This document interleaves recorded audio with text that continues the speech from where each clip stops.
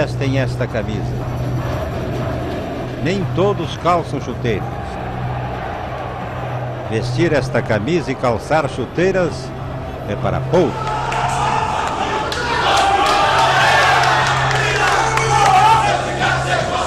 É para 11. É para 22. É para quem joga por milhões.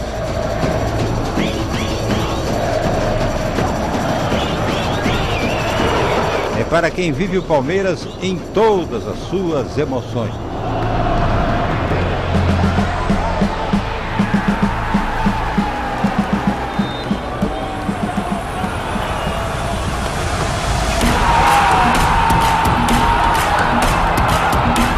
É para quem dá a vida por essa camisa.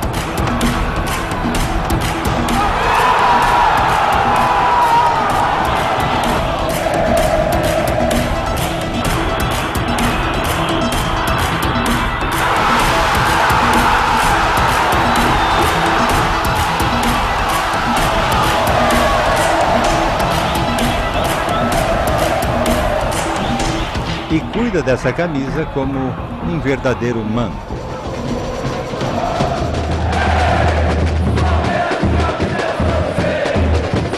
Palmeiras, minha vida é você.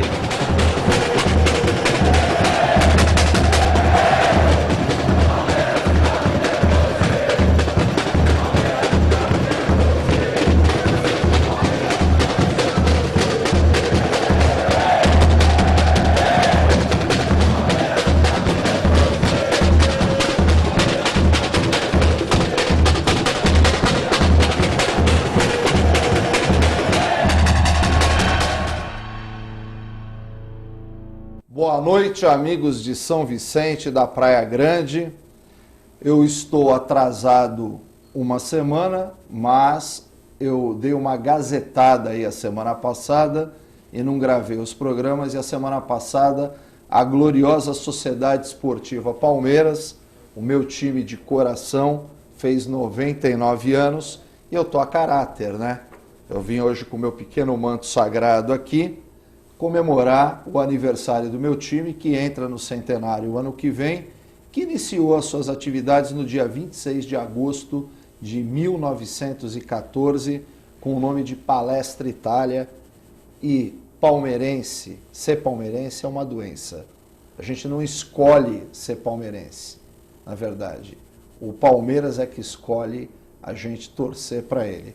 Então, meus amigos gambás aí, corintianos, meu amigo Filete Santista, me desculpa, mas hoje eu vou fazer o programa a caráter, esse grande porco, esse grande palmeirense aqui, nessa emissora que tem um patriarca aqui, o grande Domênico Capo de Casa, o pai do Augusto, que é o maior palmeirense da Baixada Santista. Fica a minha homenagem para o Dom Domênico, que foi obrigado a expulsar o filho dele da Cosa Nostra, que virou corintiano, um italiano de 4 costados aí. Então nós vamos comemorar muito. O ano que vem nós temos o centenário do Palmeiras. Eu estive visitando sábado o estádio, a reforma da Arena Allianz, fui nas lojas do Palmeiras e eu saúdo todos os palmeirenses da Baixada Santista, que nós somos hoje entre 15 a 20 milhões de torcedores em todo o Brasil, sempre alternando em terceiro lugar na torcida entre o São Paulo e nós estamos aí, os nossos amigos palmeirenses. Bom, eu vou falar muito no início do segundo bloco, mas eu vou apresentar para vocês aqui, eu estou com uma convidada muito especial, ela é minha amiga de comilança, a gente sai no final de semana, vai nas festas beneficentes, eu, a minha esposa, o marido dela, e é uma educadora, uma professora, uma dirigente, ela foi dirigente regional de educação aqui em Santos, foi secretária de educação na Bertioga, e eu posso afirmar que ela é minha amiga, que ela é um vergara de saia. Às vezes eu fico cutucando ela, enchendo o saco dela, ela fala assim, para cara, eu sou do sítio. E ela é muito polêmica, mas é uma pessoa fantástica. Eu gostaria que muita gente desfrutasse dos poucos minutos que ela vai ficar com a gente, nesses 60 minutos, mas é uma pessoa que vocês tranquilamente gostariam de ter a amizade dela como eu tenho. A minha convidada de hoje é a professora Dulce Seneviva, que está aqui comigo, e nós vamos falar hoje sobre educação. Dulce, boa noite, querida, obrigado por ter vindo, mas eu falei pouco aqui perto do teu currículo de 500 páginas, viu? Nem falei das polêmicas aqui na abertura. Boa noite, Vergara. Boa noite a todos os educadores aí, companheiros de luta, né? Mas o currículo é irrelevante. Mas o teu currículo é legal. É o que a gente faz na vida. O teu currículo é legal, porque você só briga, tu tá parecendo eu. Eu acho que eu tenho aprendido até a brigar mais devagar agora. Mas verdade. Parar de brigar não tem jeito, porque quem não é fiel a si mesmo não vai ser fiel a mais ninguém, né, Vergara? Olha, ontem eu publiquei na internet, eu até ia abrir essa chamada aqui, na verdade eu acabei comendo bola, mas eu publiquei ontem uma foto da Dulce e eu publiquei um pensamento da Dulce, a frase não é dela, mas é um pensamento que norteia as ações delas. É um equívoco pensar que com mais verbas a educação ficará melhor, que os alunos aprenderão mais, que os professores ficarão mais felizes. Como é um equívoco pensar que, com panelas novas e caras, o mau cozinheiro fará boa comida. Educação não se faz com dinheiro, com distribuição de computadores. Educação se faz com inteligência. Isso é um pensamento da minha amiga Dulce, eu não vou chamá-la de professora, de educadora, de secretária, ela é minha amiga, mas Dulce, nesse pensamento, o que você pode falar da educação hoje, principalmente na rede pública, já que você é conselheira estadual de educação, eu sou pai de 2 crianças que estudam na rede pública, tá? Tá tudo errado, Dulce? Não é que está tudo errado. Educação está muito difícil. Quando o Brasil entrou na era da universalização, quando a gente começou a se preocupar com educação para todos, abriu muito a porta e nivelou por baixo. A gente ficou preocupado de pôr todo mundo na escola.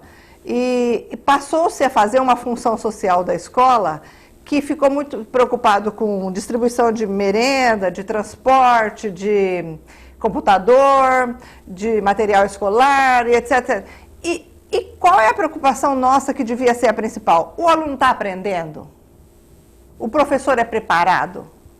Ele ganha bem, ele é valorizado, ele tem um plano de carreira que valorize o bom professor. Não é valorizar todos não, viu, Vergara? Porque o picareta que vive de licença também e complicando a vida da gente é uma coisa séria. A rede estadual hoje, ela tem 5.600 escolas, mais ou menos. Nós temos um absenteísmo, uma falta de professores de 14 a 15 mil por dia. Fica difícil de lidar com essa situação, né? Fica difícil. Na rede municipal, que paga um pouquinho melhor, não é diferente. Tá. Agora, Dulce, eu estava conversando com você, até porque a gente veio junto, eu te dei uma carona, nós somos vizinhos. O Estadão vem fazendo uma série de matérias interessantes, eu venho até conversando contigo. Falta de interesse pela carreira de professor é comum em todo o país. Número de alunos que entraram em cursos de licenciatura e pedagogia caiu 7,5% nos últimos 5 anos, de 2006 a 2011, que é a estatística, tá? Tá faltando professor, né? Eu acredito no Estadão mesmo, eu gosto muito de estatística. Tá. Eu acredito que a verdade seja pior que essa. Eles estão dando aqui um número de um déficit de 170 mil professores de matemática, física e química. Nós temos também muita falta de professor de geografia já não existe. Arte, absolutamente não tem. A gente faz a chamada, faz inscrições, faz atribuições e eles vão no primeiro dia, no segundo dia e não voltam. Sabe assim, está nos faltando professor qualificado.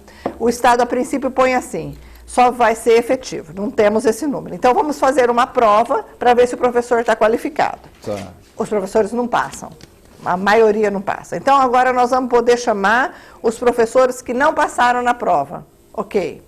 Chamamos também. Aí não basta o número de professores. Aí nós vamos dar para o aluno de último ano, depois do terceiro ano, depois do segundo ano, depois do primeiro ano. Nós temos aluno de primeiro semestre dando aula. Não pode funcionar. Não é feito para dar certo. E não é que o Estado está errado de fazer isso, é que ninguém quer ser professor. Ninguém quer ser professor e não é por causa do Estado, só do salário. Condições de trabalho, respeito. Eu sou de uma época que o professor era um ser que merecia respeito. Hoje, quando você diz para alguém, a pessoa fala, o que você faz? Eu sou professora, a pessoa fala, coitada. Eu sou carmista, eu estudei praticamente a minha vida inteira no Carmo, em Santos. Passei pelo Colégio Casa Pia, que ainda aprendi a escrever com pena, né? Com bico de pena. Não sou desse tempo. Eu sou velho. E tive pelo Oswaldo Cruz, passei pelo extinto Colégio Independência, mas o que eu vejo hoje, na minha época, por exemplo, eu tenho um grande mestre aí que eu adoro, que era o meu professor de laboratório, meu primeiro chefe, o professor Alfredo Ronkleinker, que eu vejo hoje é que a gente não trata mais o professor como mestre, né? A gente não tem, não é nós, a gente vê a relação hoje do aluno, do jovem com o professor, parece que é uma obrigação o professor estar ali para ensiná-lo, né? Ele não consegue enxergar aquela pessoa na frente dele como um camarada que vai transformar a vida dele, né? Então, de verdade, com o andamento do mundo, né, com a velocidade com que se produzem informações, a gente fala que hoje, em 5 anos, você dobra todo o conhecimento que existe no mundo. Em 2030, isso vai acontecer, dizem os estatísticos, em 73 dias.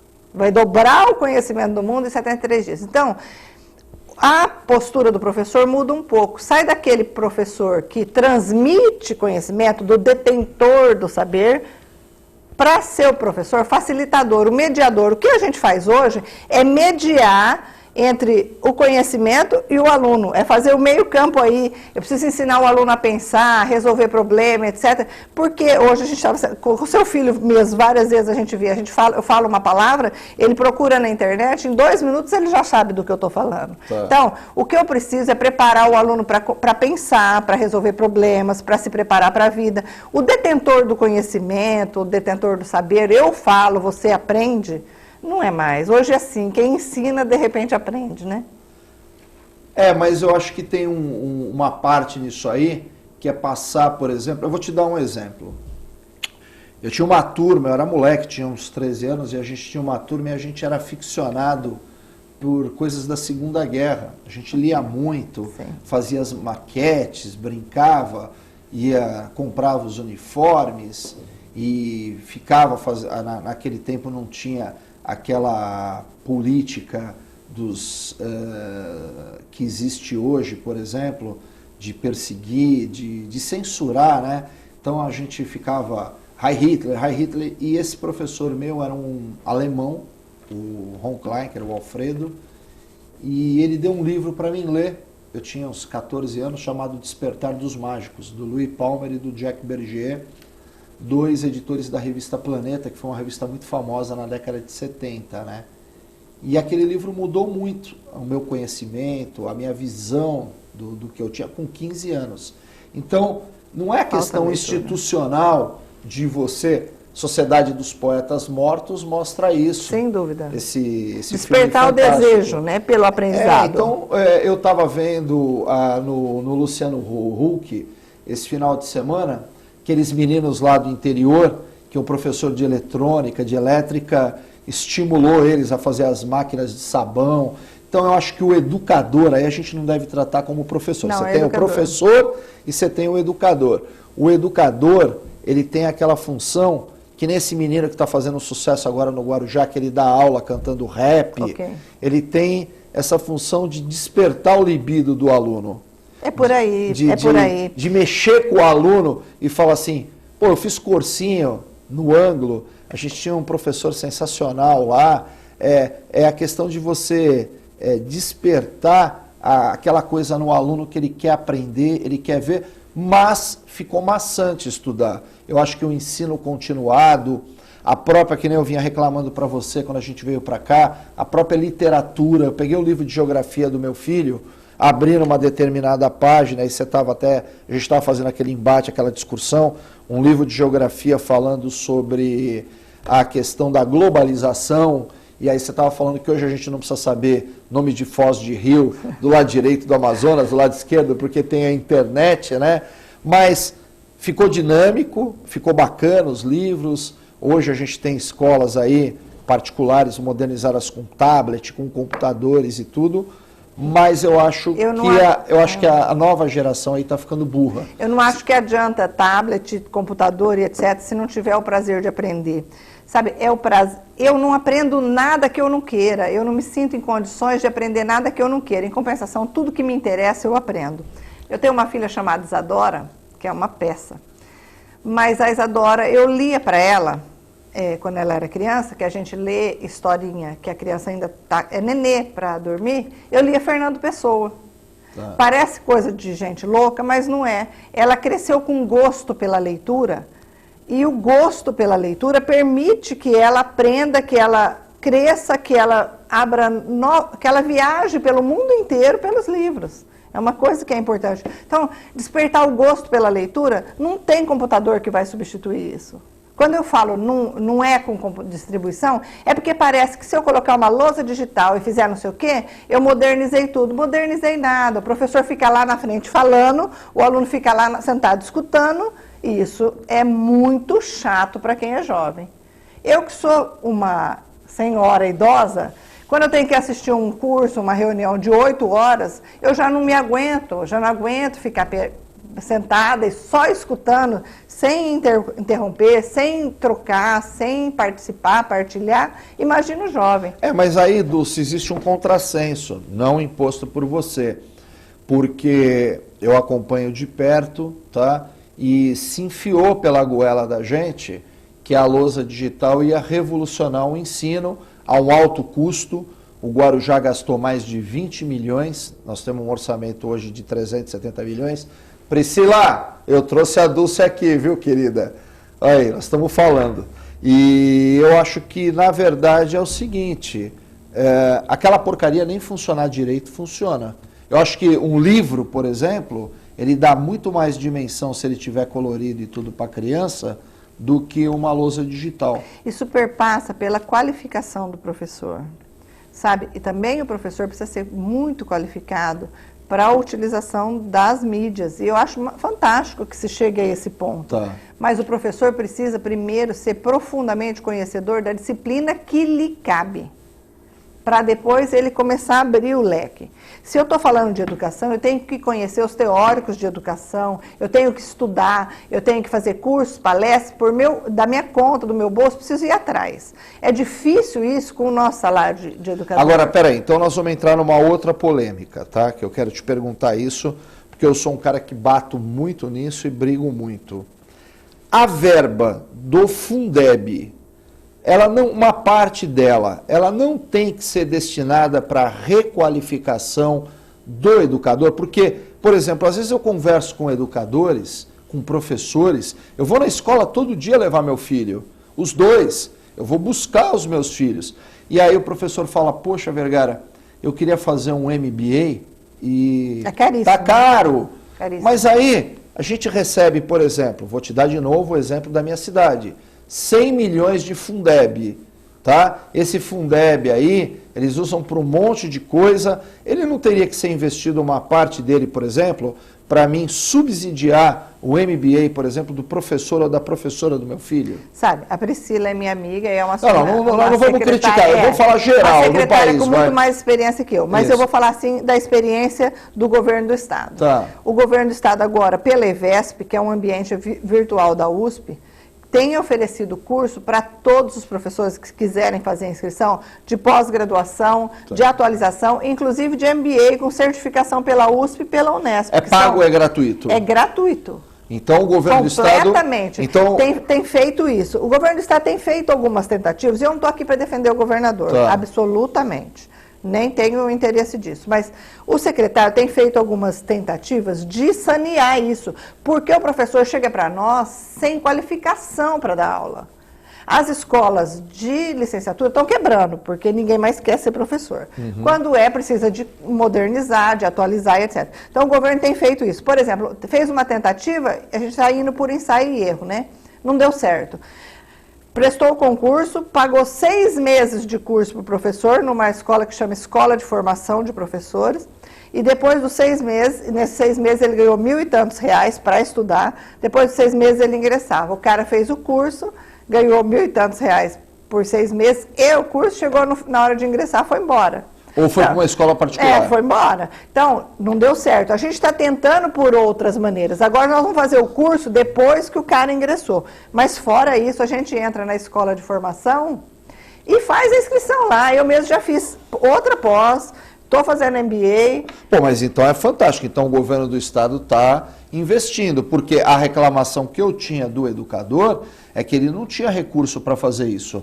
Uma outra briga minha aí, por exemplo, é uma questão aí de o PI, o professor do ensino especial, pelo menos na minha cidade, eu tenho um menino de 13 anos que é autista, ele foi praticamente escalonado ao mesmo grau do outro professor. Eles acabaram, teoricamente, com o PI no sistema de ensino aí, até por causa da inclusão, que é uma coisa que a gente vai falar no segundo bloco. Olha, eu abri aí o programa com a minha homenagem ao meu time do coração, mas nós estamos aqui de segunda a sexta-feira na NET, no canal 11 na NET Digital e no canal 18 na NET Analógica, das 19 às 20 horas, com uma reprise ao meio-dia no dia seguinte.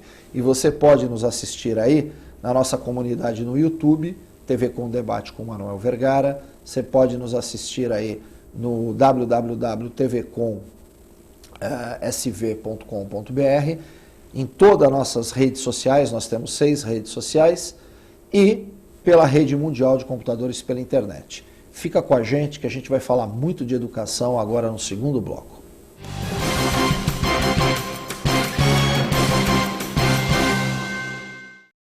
Você está na TV Comunitária em São Vicente, Praia Grande. TV Com. Olá família, eu sou o Doutor Família, estou com você de segunda a sábado às 18h30 aqui na TV Com, canal 11. Olha, toda semana um tema diferente para abençoar a sua vida e a sua família. Não esqueça, de segunda a sábado às 18h30, família é um projeto de Deus.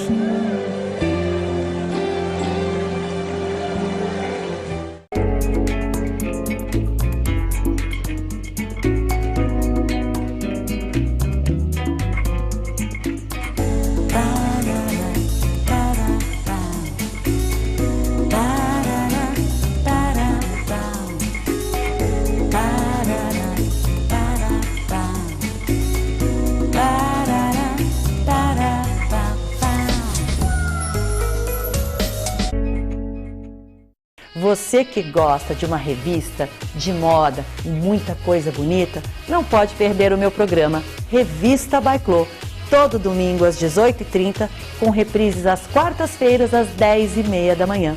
Te espero aqui na TV Com, canal 11 da NET.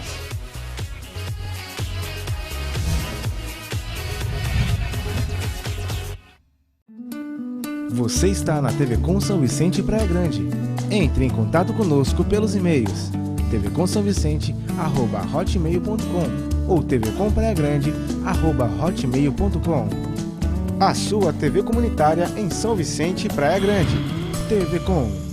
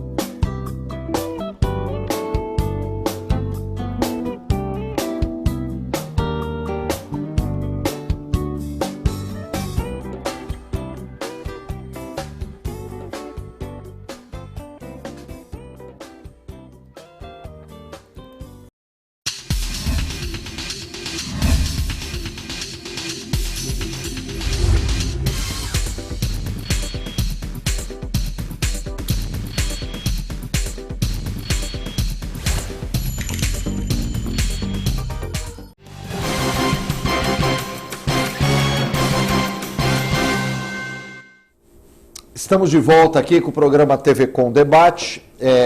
Eu dei uma gazetada aí uma semana, mas Raimundo de Oliveira, eu não esqueci do senhor não, viu? Aquela matéria que nós publicamos no site ontem do programa da TV Com, que vocês ilharam com aquela obra do VLT, a Oficina Monumento, vocês vão fazer o quê? Vocês vão indenizar o proprietário? Porque ninguém consegue entrar na oficina para oferecer serviço. Então, pelo amor de Deus, abram um acesso de serviço para aquela oficina, que aquilo é um crime. Cadê o direito de ir e vir do cidadão e do empresário que paga imposto?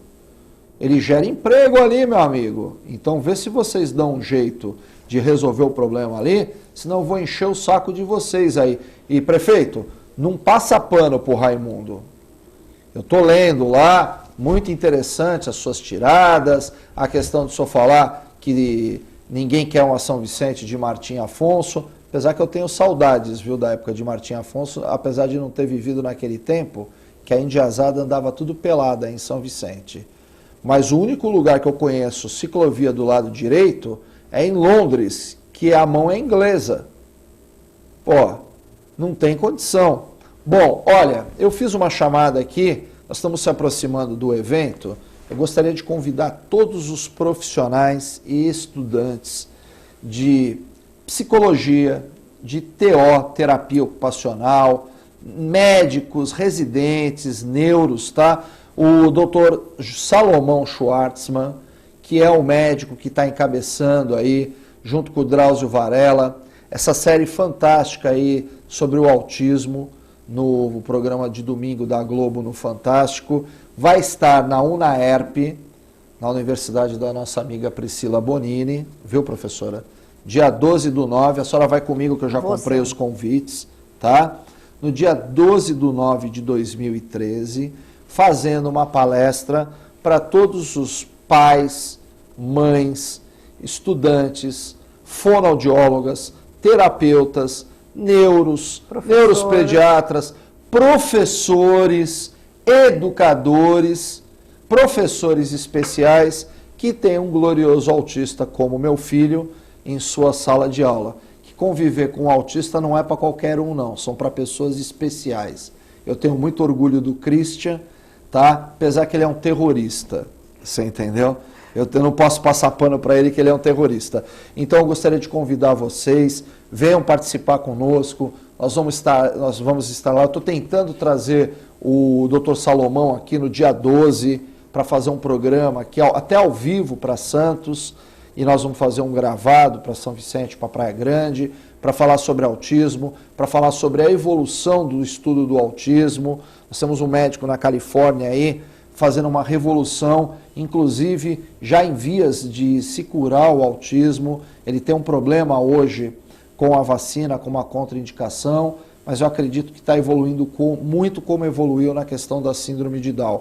Então, entre em contato aí com a Associação de Pais e Amigos dos Autistas de Guarujá, fala com a minha amiga lá, com a Silene, com a Corine, com a Edna, reserve o seu convite e vá participar com a gente. Você que é pai de uma criança especial, não precisa ser só autista, pode ser síndrome de Down, vem aprender um pouco, você educador, de como conviver com essas crianças que já estão chegando a 4 milhões no nosso país.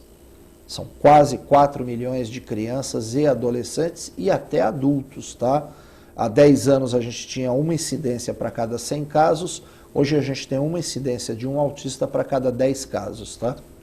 Então nós praticamente criamos uma geração aí de autistas e é muito importante a gente ter toda a informação possível para conviver com essas crianças, com esses jovens, com essas pessoas que têm não uma doença, mas sim um transtorno de comportamento social.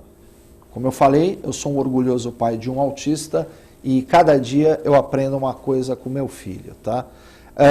Eu também queria convidar vocês, a professora Dulce Seneviva, ela é leonina, ela é do Lions, e a gente ajuda o Lions das Astúrias. Nós vamos fazer uma festa fantástica agora no dia 7 de setembro, é a 10ª noite italiana, o marido dela é um cozinheiro de primeira, a minha esposa vai ajudar, comida italiana, música, bebida, sobremesas, 7 tipos de massa, sardela, antepasto, tudo que você imaginar. Vinho, que eu já falei. São convites unitários a R$ 75, R$ 150 o casal. E a gente gostaria de ter muito a sua presença lá. O Vergara lá vai te servir. Nós vamos fofocar, vamos falar mal dos caras de São Vicente, vamos falar do Mourão que estava lá na maratona, todo bonitão, você entendeu? Do prefeito da Praia Grande. Vem com a gente comer, beber e fazer fofoca, que é a única coisa que a gente vai levar da vida, e os amigos que a gente faz, né, Dulce? É isso os mesmo. verdadeiros Os amigos. Dulce, eu vou começar esse bloco, já que eu falei de criança especial e tudo, nós vamos falar sobre ensino especial. Mas antes eu queria falar sobre o seguinte: já se abriu uma discussão na Câmara de Santos da questão da extinção das APAES em 2016, que eu acho um absurdo.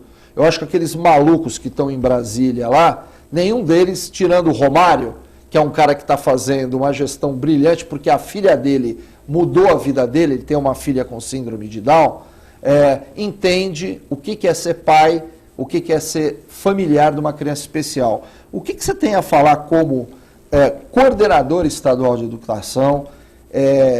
Você hoje não exerce o cargo de dirigente, mas você foi dirigente. Como é que a gente vai absorver essas crianças tão diferentes numa rede pública tão sobrecarregada, Dulce? Pois é. Fica até mal eu falar que sou contra a lei da inclusão, né? Pega mal. Mas eu sou uma pessoa polêmica que não tenho o menor receio de expor as minhas opiniões. Essa inclusão feita na lei é muito bonita. Só que a inclusão feita de fato não é real. Os professores não estão preparados para isso ainda. Nós não temos cuidadores em número suficiente para os alunos com necessidades especiais ainda. Para os alunos especiais, nós não temos ainda em número. Por exemplo, o Christian, convivo com ele. Como é que eu faço com um Christian e mais 30 alunos dentro de uma sala? Não faz, ele enlouquece o professor. Não tem jeito. Então, sabe, a gente devia se preocupar em centros de referência de excelência para cuidar das crianças especiais. Que ele tivesse um momento de socialização com as outras, ok, mas que ele tivesse um atendimento que ele tem direito. Eles falam assim, a inclusão é direito. É direito colocar dentro da sala de aula sem condições de... Sabe, pega mal para mim, o governo fica doido com as minhas opiniões, mas não tem problema. Eu tenho que ser coerente. Gente, não vamos brincar de fazer inclusão. Inclusão é tratamento, é dar para a criança o que a criança precisa. Igualdade é tratar os diferentes de forma diferente. Tratar todo mundo igual é sacanagem, não é igualdade. Em falar em sacanagem, eu queria dar uma informação. Eu não vou nem levantar essa bola para a Dulce, porque é uma coisa extremamente polêmica. Se um parlamentar em Brasília soubesse e ouvisse como eu ouço, porque vocês pensam que não, mas eu acordo 6 horas da manhã com mais ou menos entre 250 a 400 e-mails para ler de denúncia das cidades de Guarujá, Santos, Bertioga, São Vicente, Praia Grande, Peruíbe, porque a gente tem vários sites com várias extensões. Nós temos os Inconfidentes de Peruíbe, então vocês não imaginam o número de crianças especiais que são molestadas dentro de banheiros de escola por colegas ou por tarados. Meu filho, por exemplo, não fala. Então, essa criança ela está mais submissa a ser molestada sexualmente dentro do banheiro por alguns coleguinhas que têm uma má influência na casa, por um tarado, por um zelador. Então, todas essas informações, tem um monte de parlamentar idiota que ele não vai buscar isso aí. Você entendeu? Então, é muito complicado você jogar um aluno especial numa escola com 750 alunos normais. Você não sabe como o teu filho vai sair, e aí eu posso falar para a Dulce como professora, e não sei se ela chegou a ser diretora de escola, sim, a tensão que é para um educador, para um professor, para um dirigente, tomar conta daquele aluno, porque qualquer coisa que aconteça com meu filho dentro da escola é responsabilidade do educador. E aí, eu pergunto para você, como pai e como mãe, quem recupera uma criança especial depois de ela ter sido violentada num banheiro, Dulce? Pois é, uma situação E difícil. eu não estou falando mentira nenhuma, porque eu Pois sei é. de dezenas de casos. Por isso que nós precisamos de preparo, nós precisamos de cuidadores. Esses casos nós são precisamos. abafados, são, na verdade, tratados sigilosamente, mas, gente, acontece. Como acontece aluno que agride professor, aluno que trafica dentro da sala de aula, aluno que vai armado, furto de telefone, furto de caneta. Vocês não imaginam o que acontece dentro de uma escola pública e privada. As pessoas do mal não são exclusividades das escolas públicas. Tem muita gente ruim também dentro das escolas privadas. É que a escola privada, ela na verdade tem um recurso de expulsar o camarada. A escola pública não pode se negar a atender. Então ela tem a prerrogativa de chamar os pais e falar, ó, tu tira esse lixo daqui, que eu não quero o teu filho convivendo aqui dentro. Já a escola pública não tem o que fazer, tá? Então isso aí é uma situação extremamente complicada que a gente tem que tratar com atenção. Dulce, outra coisa que eu estava falando antes do primeiro bloco, além da questão da PAI, você estava falando dos centros de excelência e tudo, nós temos um problema hoje localizado em várias cidades. Eu não vou concentrar na minha cidade, que eu sei que a Priscila vai assistir esse programa aqui, e eu não quero parecer que eu estou perseguindo a secretária de Educação do Guarujá, tá? Apesar de eu achar que está tudo errado lá. Cuidadores, que hoje, com a inclusão, são obrigados a ter e nós não temos. Banheiros e instalações adaptadas, tá? E os PIs, o que fizeram com os PIs? Porque eu ouço muita reclamação que o PI ele ganhava 20% a mais, ele tinha um plus diferente até para incentivar a se especializar. E hoje eles foram nivelados, né? Eu não conheço a realidade do Guarujá. Tá. Eu não sei, de verdade, não tenho noção nem do que seja PI. O PI é o que a gente chama de professor especial. Tá, nós temos o professor de educação especial no estado. Isso. E lá em Bertioga nós também tínhamos o professor de educação especial. Na verdade, ele tem uma sala de recursos dentro das escolas com especificidade. Sala para deficientes visuais, auditivos ou deficientes mentais, etc. Então, são salas de recurso que funcionam dentro das escolas com esses alunos. Fora isso, nós temos o interlocutor de Libras, por exemplo, ele acompanha o aluno a aula inteira, traduzindo o que o professor está falando para ele. Então, nós temos algumas coisas assim. Mas isso está muito no começo. Muito no começo, porque a lei veio primeiro obrigando e não deu condições de. A lei é muito bonita, como é muito bonito o nosso ECA, né? É lindo, só que na verdade, na hora de aplicar, a gente tem o Ministério Público, a promotoria, o juiz bravo com a gente, porque a gente não resolve a coisa no exato momento, tanto eu, quanto a Priscila, quanto a Antônia, quanto a Jocélia, todo mundo tem o mesmo problema, não dá para resolver imediato. Tem uma música do Ivan Lins que ele fala assim, daquilo que eu sei, nem tudo me foi possível, nem tudo foi permitido. Eu gosto muito daquela música. Eu gosto mais, principalmente do fim que ele fala assim, porque eu vivo brigando, né? Eu brigo, perco o emprego, sou mandado embora, brigo de novo, perco o emprego, sou mandado embora. Mas ele acaba com aquilo assim, só não lavei as mãos e é por isso que eu me sinto cada vez mais limpo. Eu não vou lavar as mãos, eu vou brigar pela educação sempre. Eu acho que a educação é uma missão, mas não é porque é missão que eu preciso trabalhar de graça. Preciso ganhar bem, mas é uma missão. Mas também você não quer ser mandado embora? Eu peguei uma matéria tua aqui de madrugada, e aí você foi secretária na Bertioga, e o que aconteceu? Reduziram o teu orçamento, é normal, a arrecadação cai. Aí, declarações suas aqui. Uma caneta estava com preço de R$ 1,47. Era a Montblanc a caneta, viu?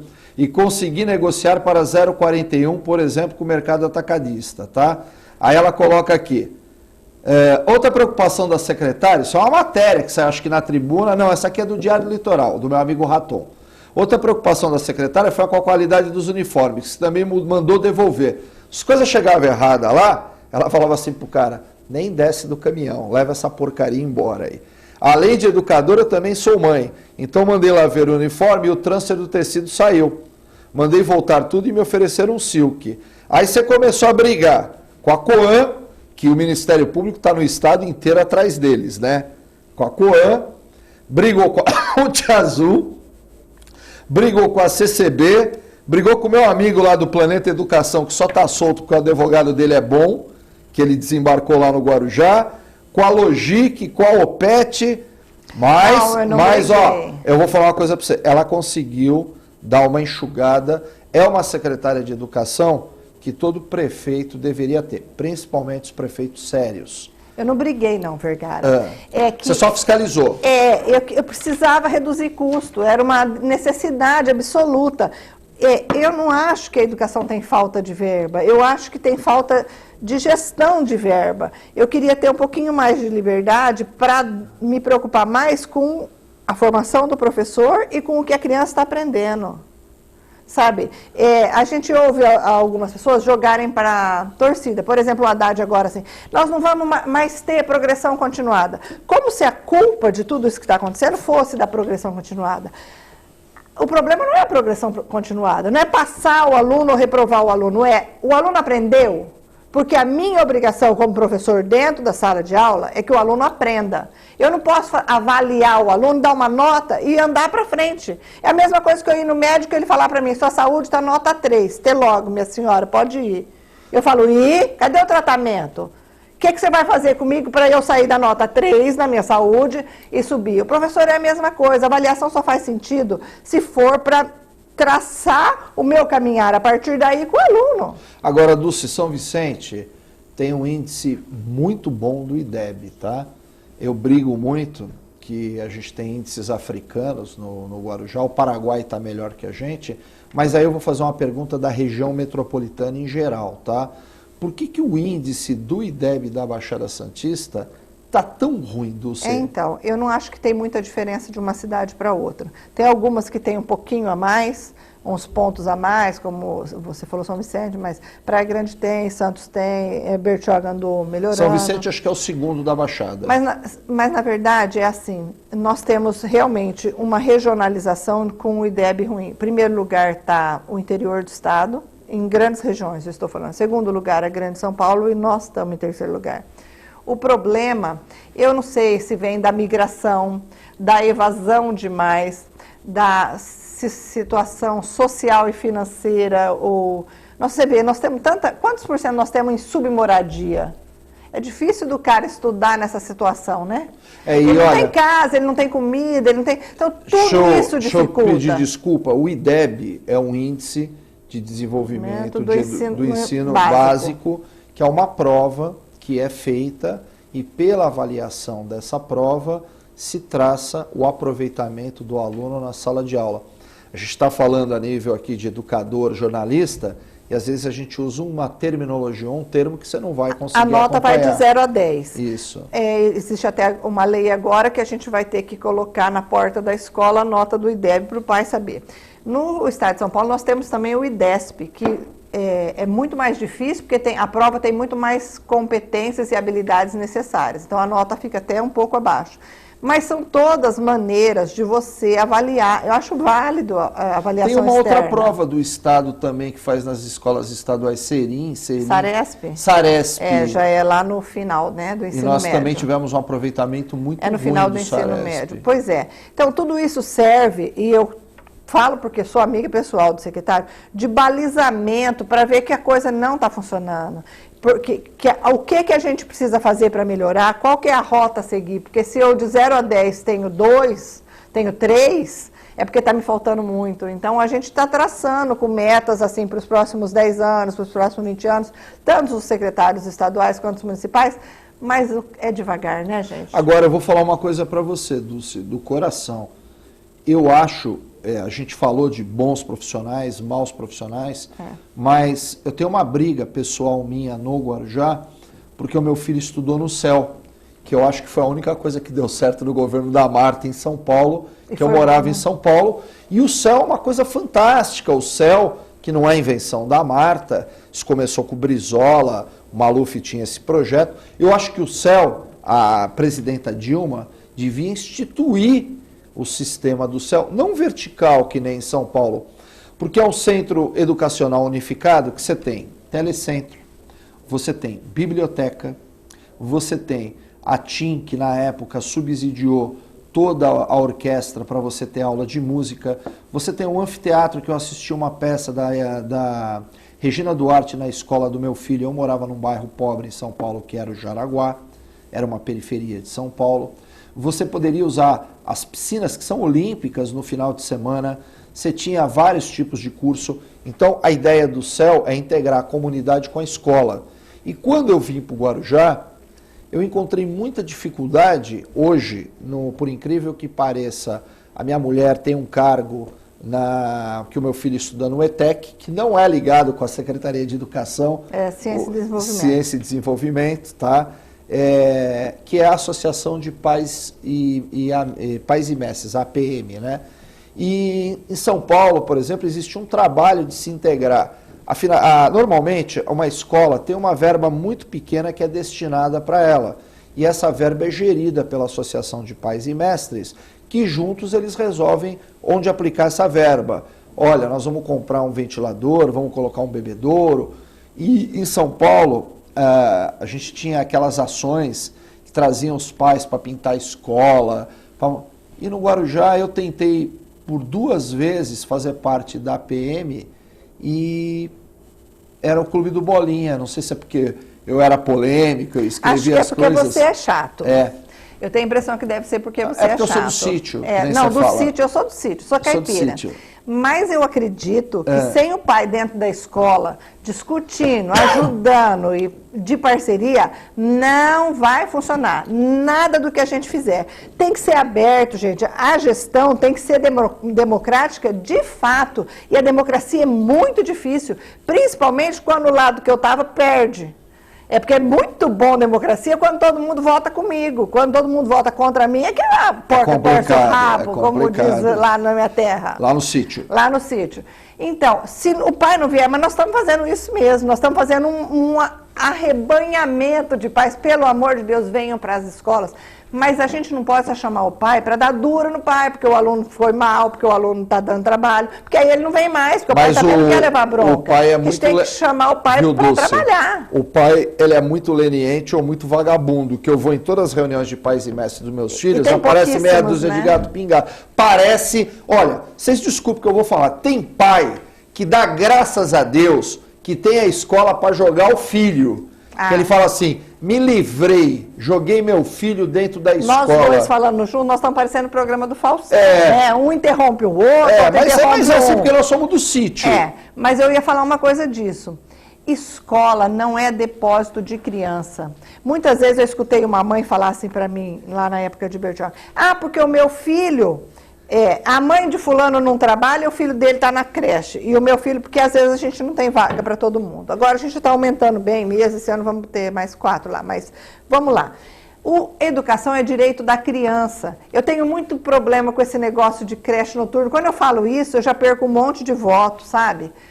Não pega bem, mas não é depósito de criança. Se fosse para ter um local para a mãe que trabalha deixar o filho, devia ser ligada à ação social. Porque a educação é para educar, é para ensinar. Então tem que ser na hora que a criança está desperta, que ela tem condições de. É complicado. Agora, eu vou falar uma coisa para você. Eu tenho muitas amigas professoras e educadoras. Eu olho pela professora do Christian, que ela dá aula em São Vicente, dá aula mais ali, mais ali, mais ali, mais ali. Claro, senão a gente não vive, eu não sei nem como é que ela faz filho com o marido dela, mas eu ia entrar nesse negócio aí. Eu sei que existem bons e maus profissionais, mas a maioria dos professores que eu vejo hoje no exercício da profissão, principalmente nas escolas municipais, que é onde estão meus filhos, eles são pessoas abnegadas. São pessoas que gostam do que fazem. Porque eu vou falar uma coisa para você. Eu conheço meu filho. Conhece aquela história de Boi Preto? Conhece Boi Preto, do Clodovil? Eu conheço meu filho. Tem mais uns 8 na classe dele, que a Priscila ainda conseguiu manter dentro da escola Franklin Delano Roosevelt, que é uma escola que era excelência no Guarujá, e sofreu esse processo de inclusão que destruiu a escola, eu vejo pessoas abnegadas, a diretora, a professora do meu filho, a coordenadora, que ter 8 autistas numa sala de aula, gente, vocês não sabem o que é isso. São 8 camaradas lá, 8, a maioria elas são meninos, né? Que eles ainda são de uma geração que se nasciam poucas meninas autistas, ou quase nenhuma. Hoje já igualou. Mas eu vou falar uma coisa pra você, aquela mulher lá, eu tinha que carregar a foto dela na carteira, viu, Dulce? Eu acho que, de uma forma geral, a educação é feita por gente abnegada mesmo. Por amor, né? A gente só faz isso porque a gente acredita. Eu vou te falar, eu sei que é pretensão e água benta, né? Cada um usa quanto quer. Mas eu acredito que sozinha eu posso fazer a diferença na vida de algumas pessoas. Então eu tenho a obrigação de fazer, caramba. Nem que seja brigando, perdendo emprego, sendo mandado embora, mas a gente tem que fazer o possível. Todos os secretários, tanto os municipais quanto os estaduais, sofrem pressão de governo, sofrem pressão política. Não é fácil, não. Porque o governo também, o chefe da gente também tem as suas pressões. E você sabe que um vai pegando no outro. E educação dá voto. E dá voto e tem verba. E tem Além verba. de dar voto, tem verba. Tem 30% garantido. No Guarujá é 370 milhões. É difícil. Então, a pressão em cima de quem está gerenciando isso aí é imensa.